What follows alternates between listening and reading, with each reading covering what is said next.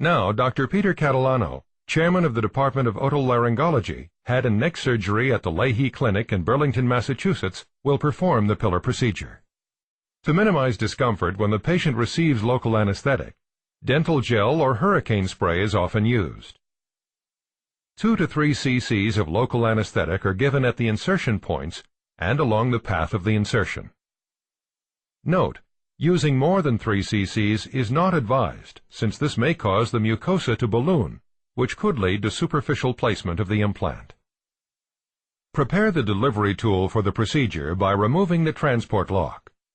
Grasp the blue tab and pull it away and out of the handle. Remove the protective cap from the delivery tool needle using aseptic technique. Make sure the slider is in the locked position. The entrance point for the first implant is at the midline, at the junction of the hard and soft palate. The implants will, in effect, extend the length of the hard palate. It is helpful to verify the junction of the hard and soft palate using a tongue depressor or cotton swab to palpate the palate. All 3 implants are placed in the muscular layer of the palate. Due to the palate structure, needle penetration may require more force at the midline. The same procedure is used to insert all 3 implants. Insert the needle until the full insertion depth marker is no longer visible. Follow the angle of the palate, placing the needle intramuscularly. Ensure that the needle does not exit any portion of the soft palate and become exposed. Unlock the slider by applying downward pressure to the arms of the lock just beneath the slider. Begin deploying the implant by advancing the slider from the start position into the handle.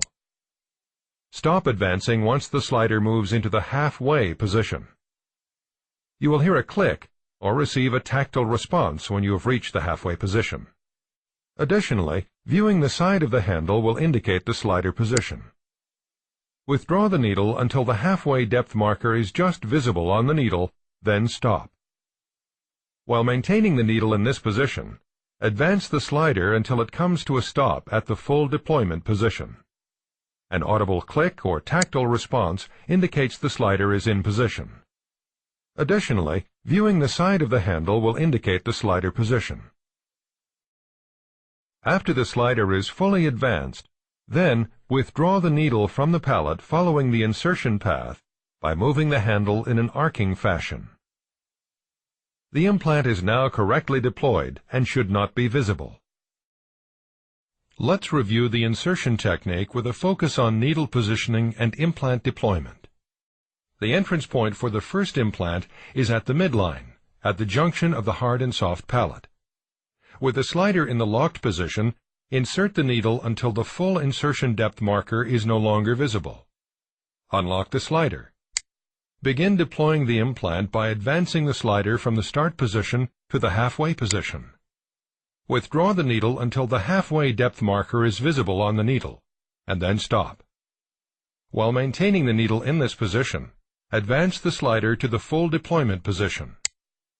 After the slider is fully advanced, then withdraw the needle from the palate, following the insertion path by moving the handle in an arcing fashion.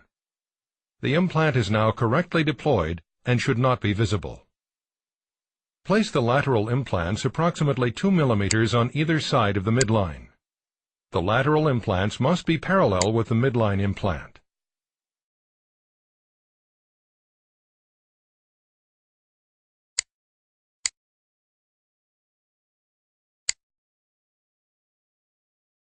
The needle on the delivery tool can be used as a gauge, as it is 2 mm wide.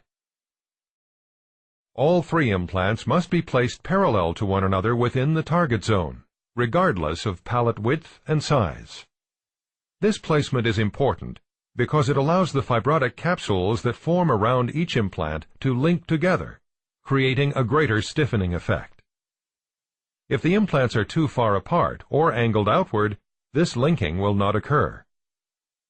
After all of the implants have been placed, you may inspect the dorsal surface of the soft palate to ensure that the implants are not visible. If a portion of the implant is exposed, it must be removed. A hemostat is recommended for removal.